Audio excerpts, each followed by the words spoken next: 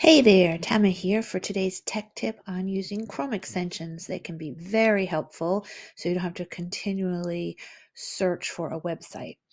So I have a lot of Chrome extensions right here, and I'm just going to go. So if you go to the Chrome store and you go to Open Chrome, okay, you can search the store, and let's say I would like Bitly, okay? And there's a couple of them here. I'm just going to choose this one. So I just select it and I just say add to Chrome and add extension, and it pops up right there. Okay, so it's now added. So anytime, oh, okay, and it's there. Anytime, and I can check here, but I want to make sure that you see this little thumbtack. I want to pin it, okay? Because if it's not pinned, it doesn't. It shows up here, but doesn't show up here.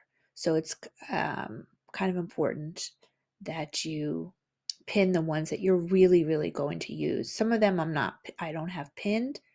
Okay, like if I wanted Loom, I could say, and then it would show up there. So all of these little extensions up here are for easier access to websites, and you always have this little puzzle piece here, and that's extensions, and you can see exactly what you have and you can manage your extensions. So here I have all my extensions.